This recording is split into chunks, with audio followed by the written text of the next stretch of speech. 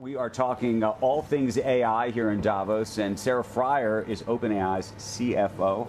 Thank you for being here. We were just talking to Dario. We had an opportunity to talk to Davos. I think we're going to show some of that video in a little bit. Great. I'll ask you the same question that I asked Dario. Just how do you now start to see, or do you see, sort of a distinction between your model, your models, I should say, what Google is now doing, what Anthropic's doing, what XAI is doing? I mean, it does seem like there's starting to be more differentiation, sort of where you think ultimately your market is. Yeah, so I mean, it's a pretty exciting time for AI. You can't walk around the conference floor without talking about it. A year ago, we were starting to talk about agents and about things that could come into your life as a consumer and do tasks for you, be with you in the workplace, help you really do your job. And now we are here talking this week about the agentic enterprise, so really going deep on transformation. We think that consumer and enterprise are symbiotic, so we need to be in both. And in particular, though, I think what Davos, I talked to him earlier today, Dario was just with, we all agree there is a massive capability overhang that's occurring. There is AI in people's hands today. They're using it quite simplistically, but the power users are using it 7 times more than just the average user. They're coding, they're doing deep research tasks, they're in research labs causing breakthroughs, and a lot of people are still just doing kind of search. So I think that all of us are focused on that. How do we close that capability overhang? Big question about this. This is an iPhone, and Apple just made a deal with Google to use Gemini in its phone. You had a relationship, and still do, with Apple. You were the first, though. What was your reaction to learning that Gemini is now going to be effectively, for better or worse, or for lack of a better word, really, the new Siri?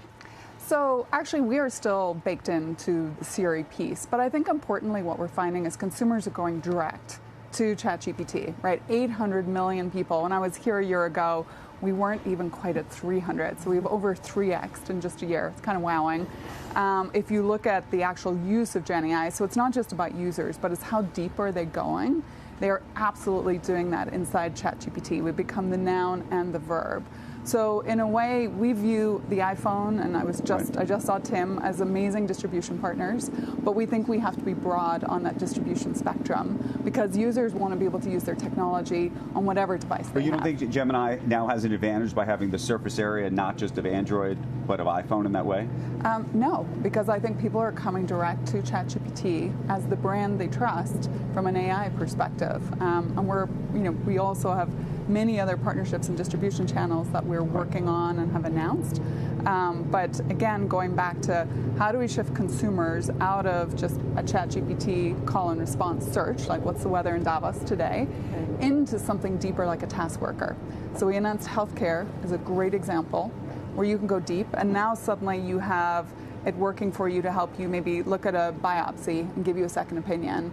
We see in health deserts that people are using ChatGPT to help them get some guidance. And even 66% of US physicians say they're using ChatGPT daily in their work. I find that amazing and so hopeful for what's available to us. I do too. I think healthcare is probably the thing where I have the most hope for what we see from AI. But when Dario was here, he was talking about the advantages that they have at Anthropic. One of them is that he is 80-20 enterprise versus consumer.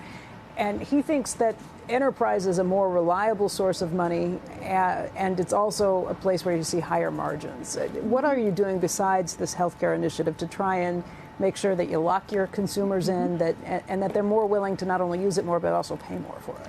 Yeah, so maybe just talking about our business, at the end of last year, sitting right here, I would have said our business 50-50, consumer enterprise. Yeah. 70-30, consumer enterprise. Today, that number is 60-40. I think we'll end the year closer to 50-50. So again, while the consumer business has been growing at an extraordinary rate, right, literally the largest growing consumer platform the world has ever seen, our enterprise business is also the fastest and largest in AI the world has ever seen. 1 million businesses using the platform today. How do we think about building consumer trust and loyalty? Like, I hate to talk about lock-in because it really should be about value.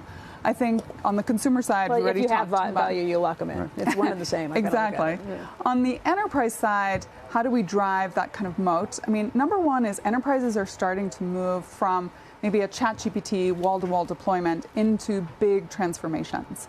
I was just with the CEO of a bank who I was there to pitch him, and ironically, he had just sat with Carlos Torres, who's chairman of BBVA, and my work was done because Carlos said, hey, BBVA, we have seen transformation. Like OpenAI helped us go from 10,000 deployed seats to over 120,000. They have helped us deploy into our call centers, into our credit screening. Right, it is truly transforming the bank. We're in 25 countries. We can do all that in a multilingual way. And so that is where I think when you're that deep in a business, they are loyal because they're getting so much value.